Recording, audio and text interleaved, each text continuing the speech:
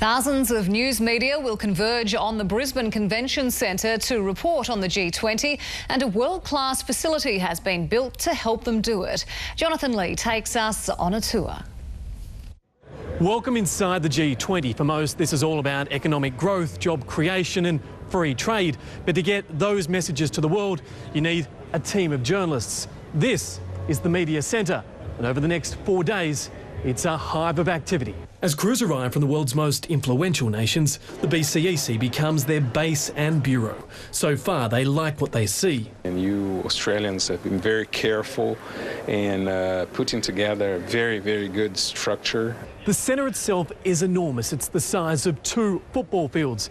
At any one time, there's room for 900 journalists and 200 photographers. There's around 1,100 workstations. Above them, the main screen. It's 18 metres wide, weighs over 2,000 kilos, and is made up of 324 individual TV screens. Screens the world's leaders will be hoping to fill with pictures like this. Good boy. Rotating around the president. That's it. That's beautiful. From the city to the airport to police headquarters, everything that's shot out there in the field comes through here. It's the broadcast centre. It's effectively a visual bottleneck. The pictures are sent from here to broadcasters right around the world. Stress is very high. How many places could you be feeding vision to around the world at any one time? Oh, hundreds. And if there's one place you don't want to make a mistake, this is it. From this platform, as many as 10 networks have the capability of going live.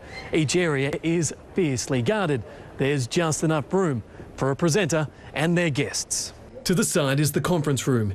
There, delegates will address the media. With journalists working around the clock, they're often filing for different deadlines. It means they're not just hungry for knowledge, sometimes they're just outright hungry. For us, it's important that there's not pork in it, and that's clearly identified, so it shows the cultural sensitivity of the organisers as well. Everything has been thought of. Everyone here is just awaiting the delegates. Jonathan Lea, 10 Eyewitness News. We cross now to Jonathan Lea, and Jonathan, the US President is about to leave, huh? He certainly is, Mike. We can tell you he's just boarded Air Force One and he's about to depart Australia. It really has been a sight to behold and an incredible experience for Australians. They've gathered all around Brisbane to watch him this afternoon as he's moved from the media centre to an inner city park. Of course, he was aboard the Beast. He boarded Marine One. That was backed by Marine Two as it flew across the city, and an Osprey aircraft as it headed towards Amberley Air Force Base. As I said, he landed there a short time ago and he's just climbed aboard Air Force One and he's about to depart. But it's been a memorable experience not just for him, but people attending the G20 summit and those throughout Queensland. He spoke at the media centre around 20 minutes ago. I can tell you that he thanked Australia, he thanked Tony Abbott, and he also thanked the people of Brizzy, saying we were extraordinary hosts. Let's have a listen. It was a productive summit, and so I want to thank Tony for his leadership, and the people of Brizzy truly did shine throughout this process with their hospitality. Now, Mike, the vast majority of delegates have now left. The G20 is as good as over. Jonathan Lea there. Italian Prime Minister Matteo Renzi. Good evening. It's being hailed as the most successful G20 ever. Brisbane 2014 went off with barely a hitch. World leaders were safe, protests peaceful, the city unscathed, and summit events ran like clockwork. But it was a disaster for businesses in the CBD and at South Bank. Traders suffered their worst week since the 2011 flood disaster. 24 hours later, Brisbane is back to normal. Jonathan Lea is outside the convention centre, which was the G20 Nerve Centre. Jono, it was incredibly smooth for such a complex operation. It certainly was, Georgie. It's hard to believe that 2 years of planning went into the G20, and tonight it doesn't really seem like it ever really happened. Just to give you an idea, where I'm standing, there was a wall of steel barricades as far as the eye could see. If you didn't have the correct accreditation, you simply didn't get anywhere near here. There were police and security guards all protecting the exhibition centre. But overnight they vanished, and as you can see, life really has returned to normal. We avoided the carnage, we avoided the chaos, and Brisbane's reputation as a new world city is firmly cemented. President Obama retraced his steps at Amberley from Marine One to Air Force One.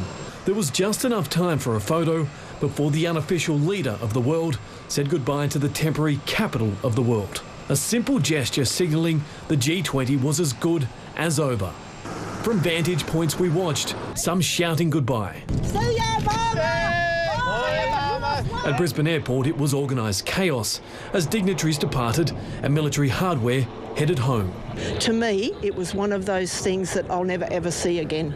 Overnight, a city in lockdown was returned to the people. Streets and hotels gated and guarded were cleared. Thousands of signs all around. It's all got to go, and it's all got to go quick as possible. By mid-morning, it was as if the summit never happened. Just 14 people were arrested during the event, police declaring Operation Southern Cross an emphatic success. 6,000 police over an extended period, such a complex set of arrangements, logistics, motorcading, dignitary protection, venues. It's worked faultlessly. Although moments like this with German Chancellor Angela Merkel caused more than a few heart flutters. Welcome to Brisbane. Fantastic to see you. There was a lot happening behind the scenes, I've got to tell you, and we're so grateful, so eternally grateful for the fact that it was so good and peaceful. I was surprised that we escaped without any damage to property at all. It's a really big tick for this city. But the cost to business was high. The most significant downturn in their revenues since the Brisbane floods of 2011. Not going to lie, it was certainly quiet, but it just never really happened for the restaurants. While it was a week to forget for South Bank and inner city businesses, it was an unexpected win for the Gold and Sunshine Coast as people escaped the chaos and the stifling heat. The summit cost $400 million to host. Of that, Brisbane City Council spent $3 million. Economic experts, though, believe the estimated value to our city is $100 million thanks to comments like this. We travel a lot around the world. My staff was very excited for Bris Vegas. You know, you can't buy that sort of advertising. It seems everyone agrees. We have seen Queensland do Australia proud. I think this G20 has been worth the money, and I think these leaders did actually listen to their own people. For now, this will stay. The memories, of course, will last far longer. Georgia, the Saudi Arabian delegation was the last to leave today. They departed around lunchtime. Now, we also understand the President's words in that very famous Brisbane speech are likely to be echoed in many a tourism campaign to come. And Brisbane City Council finally is deciding what to do with those incredible lights that illuminated our skyline each evening. They're working out exactly how to factor them into any future campaigns. Georgie. Thank you, Jonathan Lea, reporting live from South Brisbane. If President Putin was expecting Tony Abbott to give him the cold shoulder, it didn't happen. Tony Abbott's body language reflecting a conciliatory tone, even placing his hand on his heart. Last night, though, it was a different story as far as welcomes go. It was less a shirt fronting as a diplomatic dressing down. On hand to meet the Russian president, Queensland's governor. Beside him, the Assistant Defence Minister, Stuart Robert, whose handshake seemed unusually intense on both occasions.